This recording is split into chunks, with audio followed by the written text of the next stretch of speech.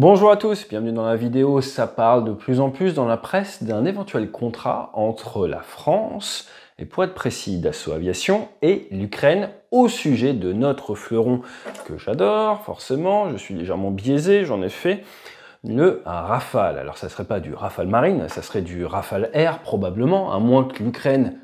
Eh oui, je vous rappelle, s'y connaît un petit peu en porte-avions, les porte-avions chinois ça vient d'Ukraine, c'est eux qui leur ont vendu, mais c'est un autre sujet.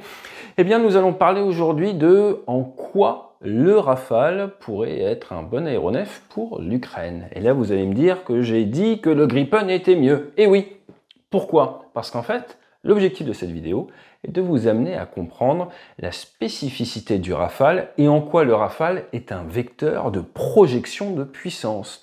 J'ai sorti mon petit t-shirt 11e flottille de chasse qu'on mettait sous la combinaison de vol, pas en vol. En vol, il faut des dessous de vol inifugés. Pourquoi? Parce que c'est la 11F qui m'a vu devenir C3P. Alors rien à voir avec Star Wars et C3PO. C3P, c'est chef de patrouille, projection de puissance. Et le Rafale est un outil de projection de puissance, là où, de mon point de vue, et c'est un langage que moi, le Gripen est plutôt un outil défensif. Donc si vous regardez par exemple les Américains, alors je sais que certains, surtout en France, n'aiment pas qu'on dise les générations d'avions de combat, ce qui est sûr c'est que les Américains, ils ont le football américain. Et dans le football américain, vous avez l'équipe offensive et l'équipe défensive. Vous voyez le Gripen comme l'avion pour faire de la défense, vous voyez le Rafale comme un outil de projection de puissance. Alors forcément, chaque avion peut faire un petit peu de tout, mais il a été réfléchi, il a été pensé pour un effet militaire spécifique. Et ce que je vous propose dans cette vidéo, c'est de voir en quoi le Rafale a été réfléchi pour cette projection de puissance et comment elle peut s'adapter à l'Ukraine. Jingle.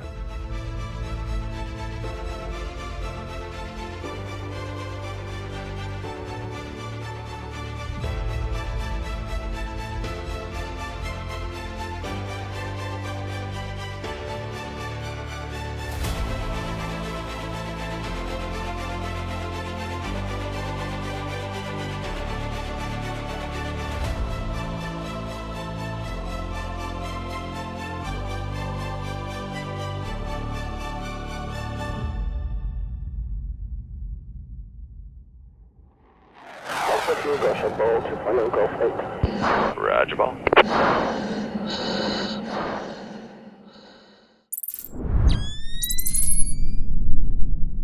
Alors, quand vous avez une marine avec un groupe aéronaval, vous avez des porte-avions et l'objectif du porte-avions est de projeter des avions.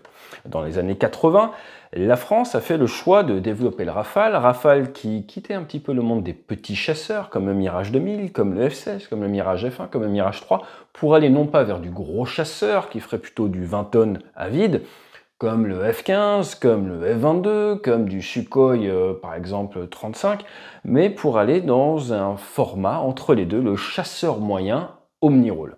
On est sur un bestiau qui va être aux alentours des 10-12 tonnes à vide, qui va pouvoir monter à 24 tonnes,5 depuis la Terre, 21 tonnes à peu près depuis un porte-avions, mais surtout qui va pouvoir faire une multitude de missions. Maintenant, en quoi la taille d'un avion est-elle importante? Plus votre avion est gros, plus il peut embarquer de l'essence, plus il peut projeter également de la puissance loin de votre territoire ou loin de votre porte-avions. C'est ça toute la logique de projection de puissance, c'est pouvoir amener de l'armement loin de votre territoire, en profondeur chez l'adversaire, et c'est une des spécialités du Rafale. Un choix qui a été fait par nos ingénieurs il y a maintenant plusieurs décennies, de faire un aéronef qui puisse faire de la pénétration basse altitude tout temps pour pouvoir rentrer en profondeur chez un ennemi. Et comme le vol basse altitude vous coûte forcément pas mal de pétrole, il va falloir avoir une autonomie suffisante à basse altitude. Alors vous l'augmentez avec des bidons, mais dans la voilure, d'ailleurs on a même de l'essence à l'arrière, pour pouvoir rentrer en territoire suffisamment profond pour atteindre votre point de tir, que ce soit pour tirer du scalp, que ce soit pour tirer de la SMP, je ne pense pas que les Ukrainiens, ça ils en aient besoin, ils y ont accès, ou pour tirer de l'A2SM avec les nouvelles versions maintenant qui vont porter encore plus loin. Donc le TBA TGV, on peut aimer l'aviation et aimer le train en même temps, c'est très basse altitude, très grande vitesse. On est sur du haut subsonique, spécialité du Rafale. En France, vous avez des zones très basse altitude qui, lorsqu'elles sont actives, sont interdites de pénétration par les avions légers parce que vous avez ces avions pas loin de 1000 km/h qui suivent le terrain grâce à différentes technologies inventées par la France.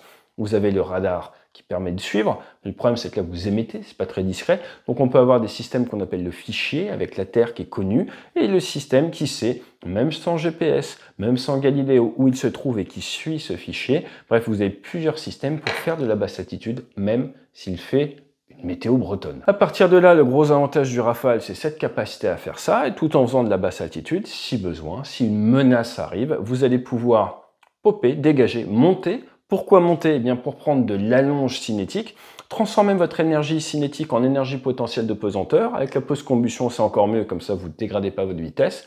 Atteindre une assez haute altitude, ouvrir le feu avec du Mica, idéalement Mica NG, voire même Météor, qui a une portée beaucoup plus accrue.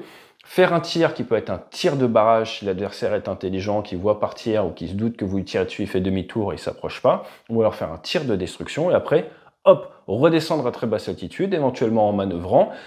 Même s'il fait moche, faire votre prise de suivi de terrain de manière automatique, le tout en ouvrant, ce qui va permettre, si l'ennemi vous a tiré dessus, eh bien d'éviter son missile, parce que comme on l'a déjà dit, plus vous descendez dans les basses couches de l'atmosphère, moins les missiles portent.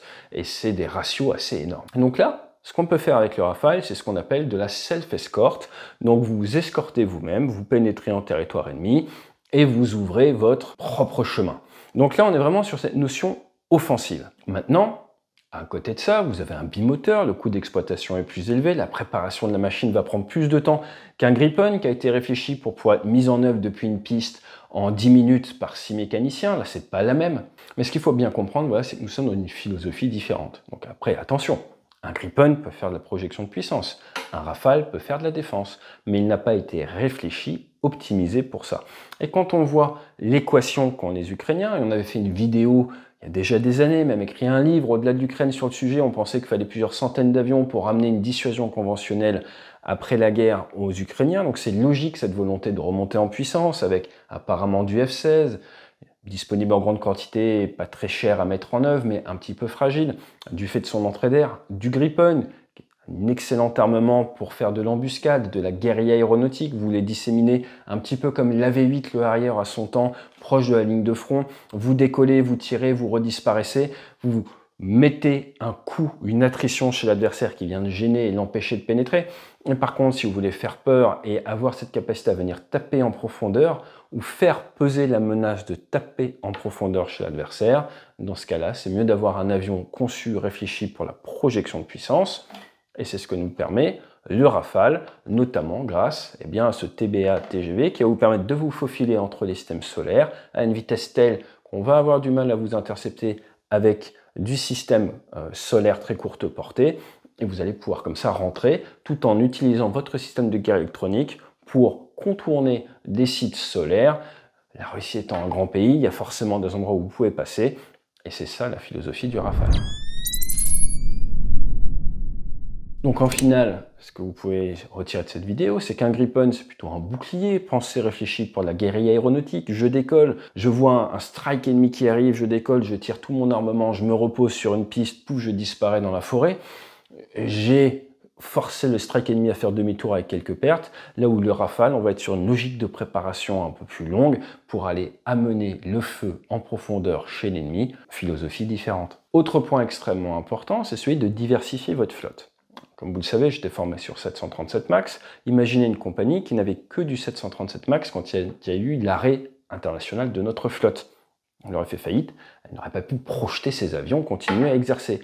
Donc c'est pour ça que souvent il faut, et c'est une bonne chose, de diversifier ses avions. Ryanair a fait le choix d'être 100% 737 pour des économies d'échelle, c'est une bonne chose, et ce qu'on disait, quand l'armée de l'air ukrainienne va devoir remonter en compétence, vous avez tout avantage à être monoflotte. C'est beaucoup plus facile d'un point de vue gestion RH, mais quand vous atteignez un certain niveau, vous avez tout avantage à diversifier après votre matériel, surtout au vu des contraintes et des tensions géopolitiques possibles dans le domaine de la guerre. Je m'explique. Si vous avez du matériel qui est soumis à des embargos ou à des décisions américaines, cela peut créer un talon d'Achille dans vos capacités de défense et votre projection de puissance. Prendre en avion de projection de puissance, un avion français qui, comme on le sait, n'est pas soumis aux problématiques d'exportation américaine, vous permet de garder une indépendance décisionnelle, une souveraineté dans votre choix de la frappe en profondeur chez l'adversaire. Donc avoir des aéronefs qui nécessitent les autorisations américaines pour continuer à être maintenus en vol, à avoir de l'armement pour la protection de votre territoire ukrainien, mais réfléchir ou faire le choix d'un avion de projection de puissance qui n'est que faire de cette autorisation américaine est très malin de la part des Ukrainiens, qui ainsi prennent la direction d'une défense à bas coût et optimisée d'un point de vue argent, et d'une capacité de projection souveraine chez eux qui ne dépendent pas de l'oncle Sam, mais qui soit tout de même signé, si je puis dire, par un État doté, qui est la France, qui a donc les reins assez solides d'un point de vue géopolitique, en théorie sur la scène internationale.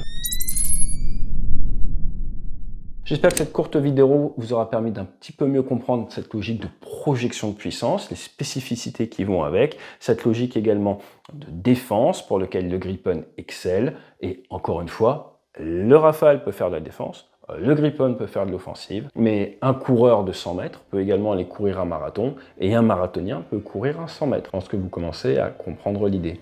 Pour terminer, je sais, je crois que j'ai pris quelques kilos depuis mon époque sur Rafale, ça commence à remonter, je vais aller me changer.